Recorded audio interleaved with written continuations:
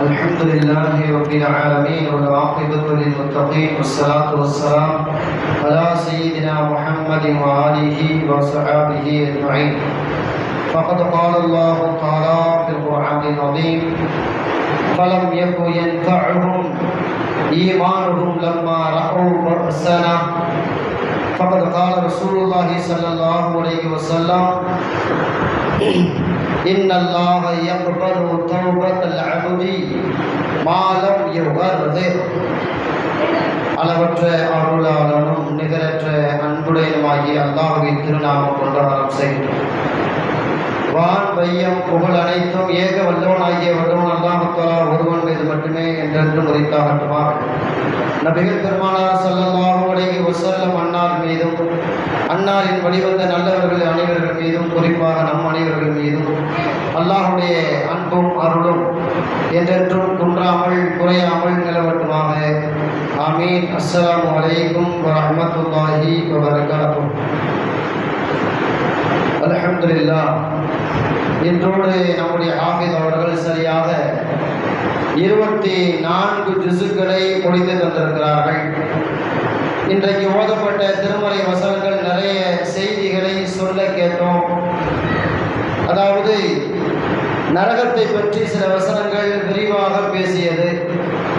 மேலும் ஃபிர்அவுன் அல்லாஹ்வை பார்ப்பதற்காக கேலி செய்யும் விதமாக ஹாரூனை பார்த்து எனக்கென ஒரு மாளிகை கட்டு, அதன் மேல் ஏறி நின்று நான் அல்லாஹ்வை பார்க்கிறேன் என்றெல்லாம் நக்கலாக பேசிய சில வசனங்கள் ஓத கேட்டோம். அதே போல இன்றைக்கு நம்முடைய சிந்தனைக்கு ஒரு அழகான வசனம்: ஃபலம் யகு யன்ஃபஅஹும் ஈமானுஹும் லம்மா ரஅவ் பஅஸனா. நம்முடைய வேதனைகளை அவர்கள் கண்ட பிறகு அவர்கள் ஈமான் கொள்கிறார்கள். அந்த ஈமான் அவர்களுக்கு பலனளிக்காது. அல்லாஹ் தஆலா இறுதியில் ஈமான் கொள்ளக்கூடிய மனிதர்களை பார்த்து இந்த வசனத்தின் மூலம் கண்டிக்கிறான். அதிலும் குறிப்பாக குர்ஆனிலேயே இதற்கான மற்றொரு வசனம் இப்படி பேசுகிறது: ஃபிர்அவுனுடைய நிலை இப்படித்தான் இருந்தது. வாழ்நாள் முழுக்க மூசா அலைஹிஸ்ஸலாத்தை எதிர்க்கிறது தான் அவனுக்கு வேலை, வேற எந்த வேலையுமே இல்லை. மூசா அலைஹிஸ்ஸலாமோட ஈமான் கொண்டவங்களே இல்லாம ஆக்கணும் அப்படிங்கிறது அவனுடைய வேலை. ஆனால் அவனே இறுதி நேரத்தில் நைல் நதிக்குள்ள இறங்கி தண்ணீரில் மூழ்கும் பொழுது அவன் எவ்வாறு நடந்து கொண்டான் அப்படிங்கிறது அல்லாஹ் மற்றொரு இடத்துல சொல்லுவான்: ஆமன்து அன்னஹு லா இலாஹ இல்லல்லதி ஆமனத் பிஹி பனு இஸ்ராயீல். பனு இஸ்ரவேல மக்கள் எந்த இறைவனை ஈமான் கொண்டார்களோ நானும் அவர்களை போல் இப்பொழுது ஈமான் கொள்ளுகிறேன் அப்படின்னு அவன் இறுதி நேரத்தில் அகர்கரான்னு சொல்லுவோம்ல, அதாவது மௌத்தா போகிறதுக்கு அடுத்த செகண்டுன்னு, அந்த செகண்டில் இப்படி ஒரு வார்த்தையை சொன்னான். அல்லாஹ் குர்ஆனில் பதிவு செஞ்சிருக்கிறான். இப்படி ஒரு வார்த்தையை அவன் சொல்றதுனால அவனுக்கு ஏதாவது நல்லது நடக்க போதா அப்படின்னு கேட்டா, அந்த ஈமான் அவனுக்கு பலன் தருமா அப்படின்னு கேட்டா, அந்த ஈமான் அவனுக்கு பலன் தர போறது இல்லைங்கிறது தான் அதாவது இந்த வசனம் நமக்கு சொல்லுகிறது. இது ஃபிர்அவுனுக்கு மட்டும் இல்லை, உலகத்தில் பிறந்த எல்லாத்துக்கும் பொருத்தமான.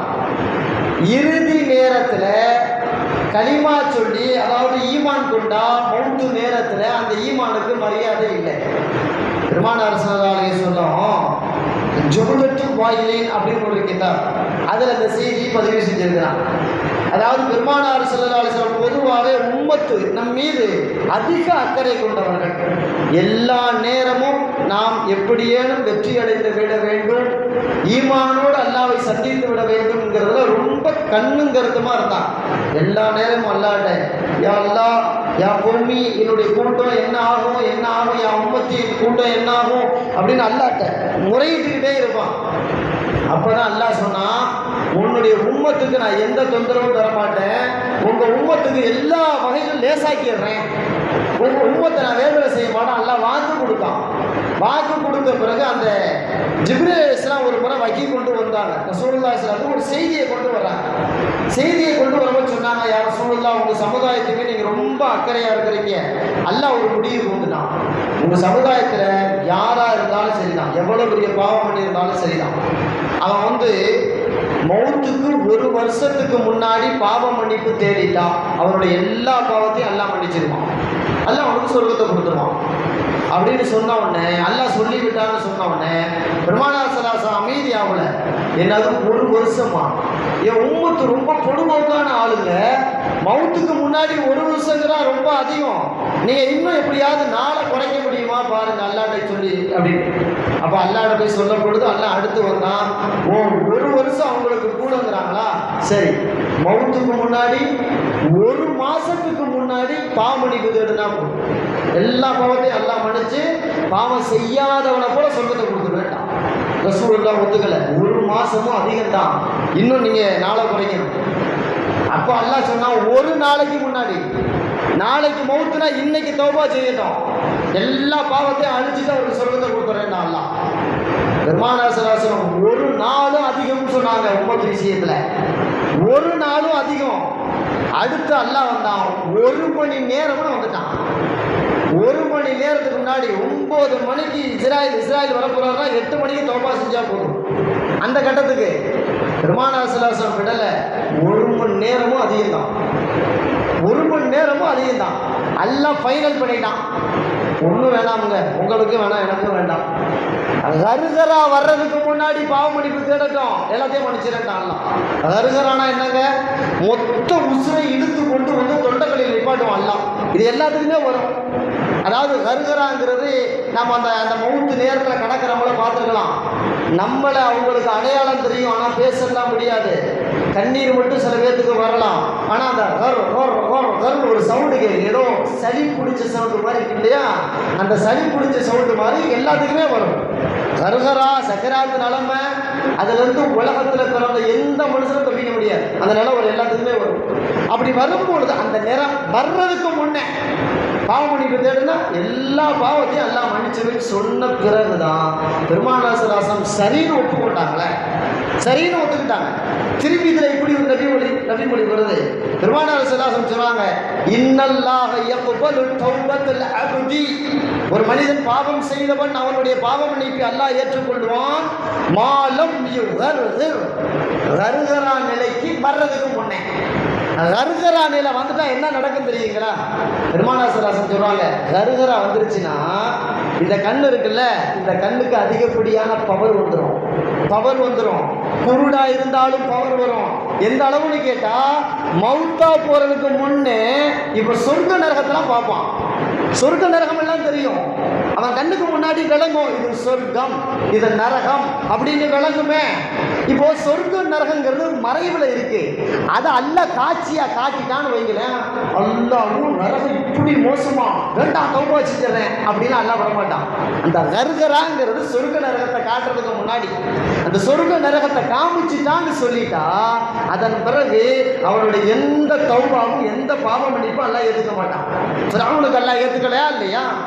ஃபிரௌன் பெரிய அடிச்சாட்டியக்காரன் தான். கருகராவுக்கு முன்னாடி ஈமான் கொண்டிருந்தான்னு வைங்க, குர்ஆன்ல அவனை பத்தி தப்பா பேசுறதுக்கு வேலையே இல்லை, அல்லாஹ் அவனை பத்தி மோசமானவன்னு சொல்றதுக்கு வேலையே இல்லை.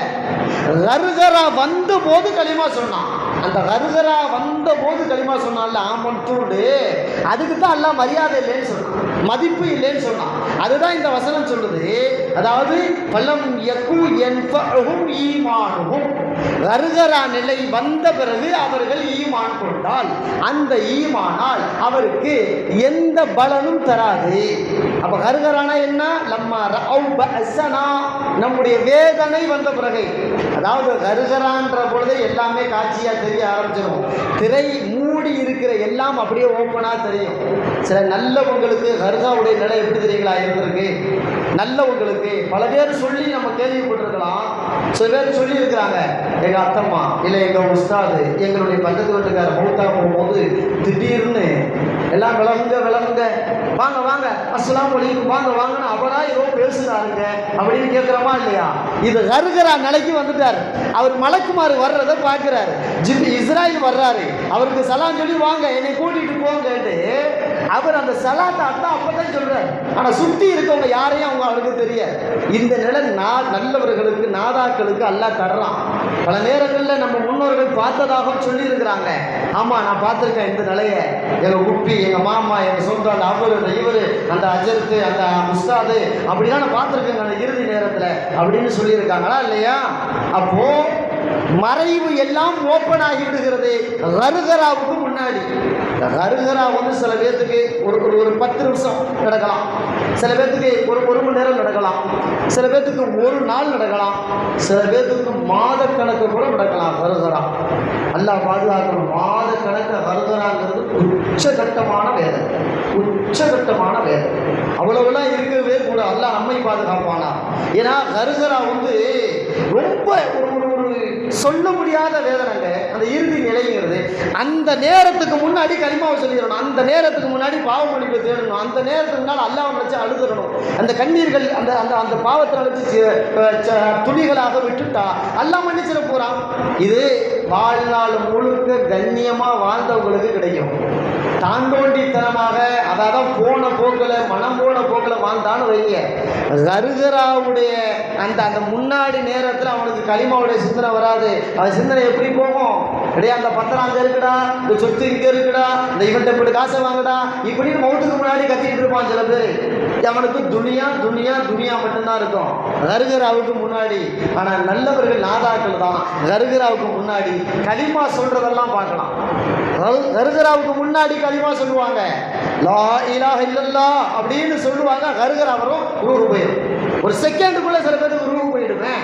அதனால வந்து இந்த கருகராவுக்கு முன்னாடி நாம கேட்கிற பாவ மன்னிப்பை எல்லாம் அல்லாஹ்தஆலா ஏத்துக்கிட்டு அல்லாஹ்தஆலா அவங்களுக்கு எந்த பாவமும் இல்லாத அளவுக்கு மன்னிக்கிறான். இது இந்த முடிவு இறுதிங்கிறது கருகராவுக்கு மட்டுமல்ல, துனியாவுக்கும் அப்படிதான் இருக்கு. துனியாவுக்கு ஒரு கருகரா இருக்கு தெரியுங்களா? பெருமானார் ஸல்லல்லாஹு அலைஹி வஸல்லம் அவர்கள் இப்படி சொல்வார்கள், முஸ்லிமிலே நபி மொழி பதிவு செய்யப்பட்டிருக்கு. துனியாவுக்கு ஒரு கருகரா உண்டுங்க. அதாவது உலகத்துல நிறைய மனுஷன் பாவம் பண்றாங்கல்ல, இந்த பாவத்தை அல்லாஹ் கண்டுக்காம விட்டுருவான். மன்னிச்சிடலாம்னுட்டே இருப்பான். எப்ப வரைக்கும்? துனியாவுடைய கருகரா ரசூலுல்லாஹ் சொல்றாங்க, லா யுக்லகு ஹத்தா தத்லு அஷம்ஸ் மின் கிபலிஹி. கிழக்கே உதிக்கின்ற சூரியன் என்றைக்கு மேற்கே உதிக்கிறதோ அதன் பிறகு எவன் களிமா சொன்னாலும் அந்த களிமாவுக்கு மரியாதை கிடையாது. இப்ப கிழக்கே தானே உதிக்கிற சூரியன், நிச்சயமா ஒரு நாள் மேற்க உதிக்கிற அந்த சூரியன். இன்னைக்கு ஆய்வு ரீதியாக முடிவுக்கு வந்துட்டான். இன்னும் கொஞ்ச நாள் தான் அவனே அறிஞர்கள் கோள்களை ஆய்வு செய்யறவன் சொல்றான். உதாரணம் போட்டு சொல்றான். இந்த அளவுக்கு கேட்டா, சைக்கிள் இப்படி சுத்திக்கிட்டே இருக்கிறீங்க, இப்படிதான் சுத்திக்கிட்டு இருக்கோம். திடீர்னு பார்த்தா உங்க சைக்கிளை பேக்ல சுத்துற மாதிரி தெரியும் இல்லையா? இதே மாதிரிதான் இந்த பூமியுடைய சூரியனுடைய வேகம் இருக்குங்கிறான். இன்னைக்கு இருக்கக்கூடிய கோள்கள் சம்பந்தப்பட்ட ஆய்வாளர்கள் சொல்றான், தினந்தோறும் சூரியன் அதாவது கிழக்கே இருந்து மேற்கே வருது. ஆனா அந்த வேகத்துல ஒரு நேரத்துல திடீர்னு ரிப்பீட் ஆகி மேற்கே இருந்து கிழக்க போகுங்கிறான். அதை தான் ரசூலுல்லாஹ் சொன்னாங்க, அது வந்து உலகத்திற்கான கருகரா.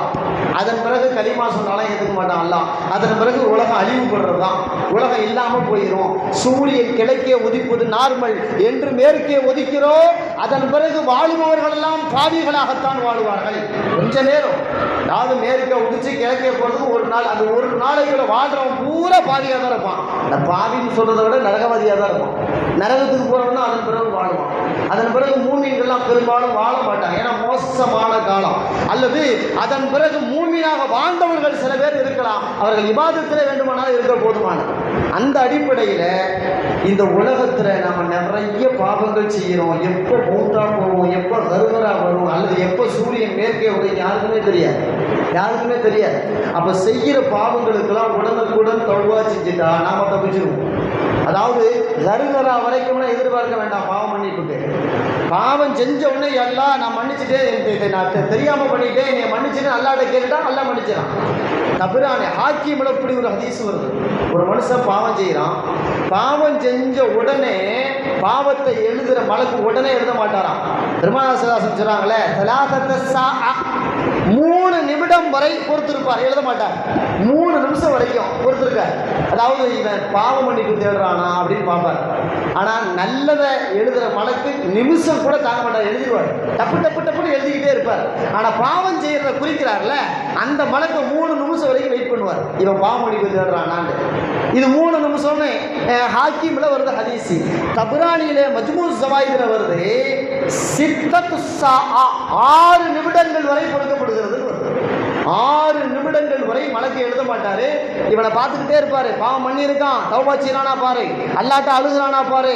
அப்படி தௌபா பண்ணிட்டா, பாவம் மன்னிப்பு தேடிட்டா, இவன் பாவமே செய்யல, அவ்வளவுதான், பாவமே செய்யல. அல்ல அவர் அந்த எழுதுகோலை தூக்கி ஓரத்தை வச்சுட்டு போயிட்டே இருப்பார்.